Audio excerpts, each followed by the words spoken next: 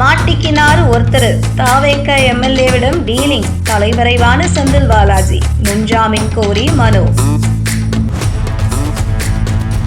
Metro TN news channel நேயர்களுக்கு வணக்கம்.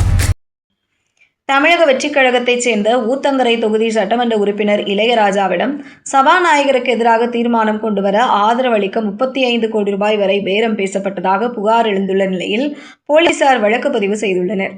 இந்த விவகாரத்தில் திமுக முன்னாள் அமைச்சர் செந்தில் பாலாஜி அவரது சகோதரர் அசோக்குமாருக்கு தொடர்பு இருப்பதாக சொல்லப்படும் நிலையில் செந்தில் பாலாஜி முன்ஜாமீன் கோரி சென்னை உயர்நீதிமன்றத்தில் மனு தாக்கல் செய்துள்ளார். தமிழக அரசியல் சூழல் கடந்த சில வாரங்களாகவே பரபரப்பாக இருந்து வருகிறது. சட்டமன்ற உறுப்பினர்கள் ராஜினாமா, இடைத்தேர்தல், கட்சி தாவல் என பரபரப்பாகவே நடைபெற்று வரும் நிலையில் தற்போது எம்எல்ஏ ஒருவரிடம் நேரடியாக பேரம் பேசியதாக கூறப்படும் புகார் புதிய சர்ச்சையை கிளப்பியுள்ளது. கிருஷ்ணகிரி மாவட்டம் ஊத்தங்கரை தொகுதியைச் சேர்ந்த தமிழக வெற்றிக் கழக எம்எல்ஏ இளையராஜா கடந்த ஜூன் 29ஆம் தேதி சென்னை காவல் ஆணையரிடம் அளித்த புகாரில் சில நாட்களுக்கு முன்பு திருநாவுக்கரசு என்பவர் தன்னை தொடர்பு கொண்டதாக கூறியுள்ளார். அதில் இந்தியன் பொலிட்டிக்கல் டெமோக்ராட்டிக் ஸ்ட்ராட்டஜிஸ் என்ற கருத்து கணிப்பு நிறுவனத்தை நடத்தி வருவதாகவும் முக்கிய அரசியல் கட்சியின் சார்பாக சந்திக்க வேண்டும் என்றும் கூறியதாக புகாரில் தெரிவித்துள்ளார்.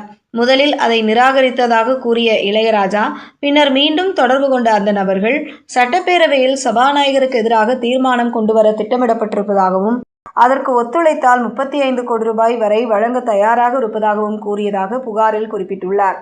மேலும் இந்த விவகாரத்தில் எனக்கு விருப்பமில்லை, இனிமேல் என்னை தொடர்பு கொள்ள வேண்டாம் என்று கூறியபோது இதை வெளியே சொன்னால் தனக்கும் குடும்பத்தினருக்கும் பாதிப்பு ஏற்படும் என்று மிரட்டியதாகவும் அவர் புகாரில் தெரிவித்துள்ளார்.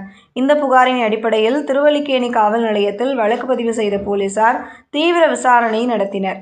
அதன் தொடர்ச்சியாக சென்னை அரும்பாக்கத்தைச் சேர்ந்த திருநாவுக்கரசு, திருச்சியைச் சேர்ந்த நரேஷ் மற்றும் சென்னை மேடவாக்கத்தைச் சேர்ந்த தியாகராஜன் ஆகிய மூவரும் கைது செய்யப்பட்டனர்.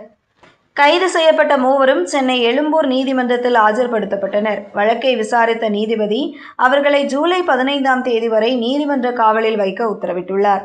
அதனைத் தொடர்ந்து மேலும் 6 பேர் தற்போது வரை கைது செய்யப்பட்டுள்ளனர்.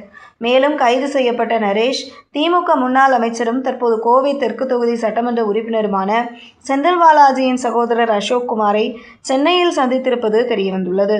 அதேபோல் செந்தில் பாலாஜி மற்றும் அசோக்குமார் ஆகியோரின் பெயர்களை பயன்படுத்தியே திருநாவுக்கரசு எம்எல்ஏ இளையராஜாவை தொடர்பு கொண்டு பேசியதாகவும் விசாரணையில் தெரியவந்துள்ளதாக காவல்துறை தெரிவித்துள்ளது.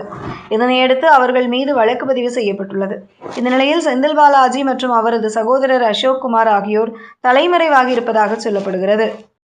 இந்த நிலையில் ஊத்தங்கரை எம்எல்ஏ இளையராஜாவிடம் பேரம் பேசியதாக பதிவான வழக்கில் போலீசார் தன்னை தேடி வருவதாக அறிந்ததாகவும் சட்ட ரீதியான நடவடிக்கைகள் எடுப்பதற்கு முன்பாக தனக்கு முன்ஜாமீன் வழங்க வேண்டும் என சென்னை உயர்நீதிமன்றத்தில் செந்தில் பாலாஜி மனு தாக்கல் செய்துள்ளார்.